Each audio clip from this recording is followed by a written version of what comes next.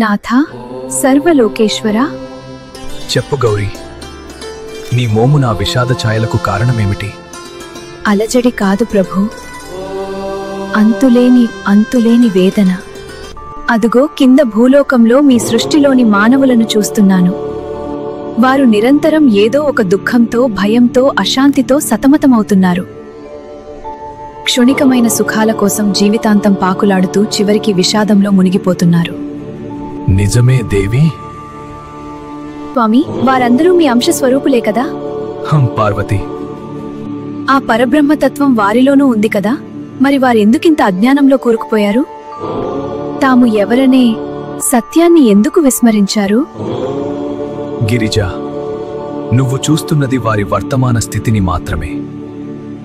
దృష్టి ఒక బృహత్తరమైన నాటకరంగం.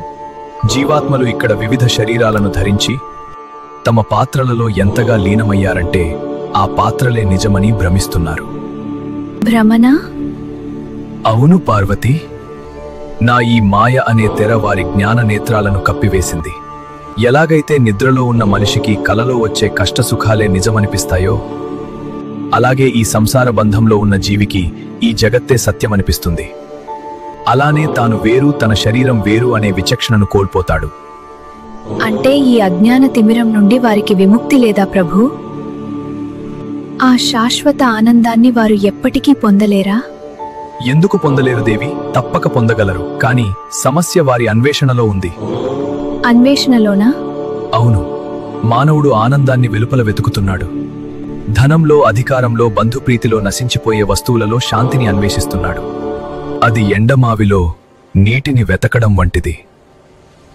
మరి నిజమైన ఆనంద నిలయం ఎక్కడ ఉంది శంకరా?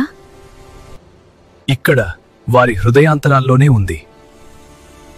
నేను కైలాసంలో మాత్రమే లేను ఉమా, ప్రతి జీవి హృదయంలో అంతరాత్మగా కొలువై ఉన్నాను. ఎప్పుడైతే మానవుడు తన దృష్టిని బయట నుండి లోపలికి మళ్లిస్తాడో, ఎప్పుడైతే నేను ఈ శరీరం కాదు, నేను మనసు కాదు, నేను అనంతమైన చైతన్యాన్ని తెలుసుకుంటాడో, క్షణమే ఈ మాయ తొలగిపోతుంది. అప్పుడు మిగిలేది దుఃఖం లేని శాశ్వత ఆనందమే. అదే ముక్తి, అదే కైవల్యం. ధన్యోస్మి ప్రభు, సృష్టి రహస్యాన్ని ఎంత అద్భుతంగా వివరించారు.